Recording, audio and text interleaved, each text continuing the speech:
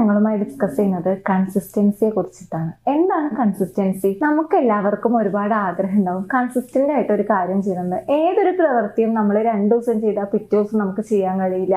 നമുക്ക് നന്നാവണം എന്നൊക്കെ ആഗ്രഹമുണ്ട്, സക്സസ്ഫുൾ പേഴ്സൺ ആവണമെന്നുണ്ട്, ഒരുപാട് എയിംസ് ഉണ്ട്, ലക്ഷ്യങ്ങളൊക്കെ ഉണ്ട്. പക്ഷെ നമുക്ക് പറ്റുന്നില്ല. എന്താണ് ഇതിന്റെ റീസൺ എന്ന് നമ്മൾ ഇങ്ങനെ കണ്ടുപിടിച്ചുകൊണ്ടേ ഇരിക്കുകയാണ്. ഈ കൺസിസ്റ്റൻസി ഇല്ലാത്ത ആൾക്കാരാണ് കാണുന്നതിന് പുറകെയും കേൾക്കുന്നതിന്റെ പുറകെയും ഒക്കെ പോകുന്നത്. അത് എന്തുകൊണ്ടാണ്? നിങ്ങൾക്കൊരു ലക്ഷ്യം ഇല്ലാത്തതുകൊണ്ടല്ല, ലക്ഷ്യമുണ്ട്, പക്ഷെ നിങ്ങൾക്കത് എന്താ പറയാ, സ്ഥിരതയോട് കൂടി ചെയ്യാൻ പറ്റുന്നില്ല.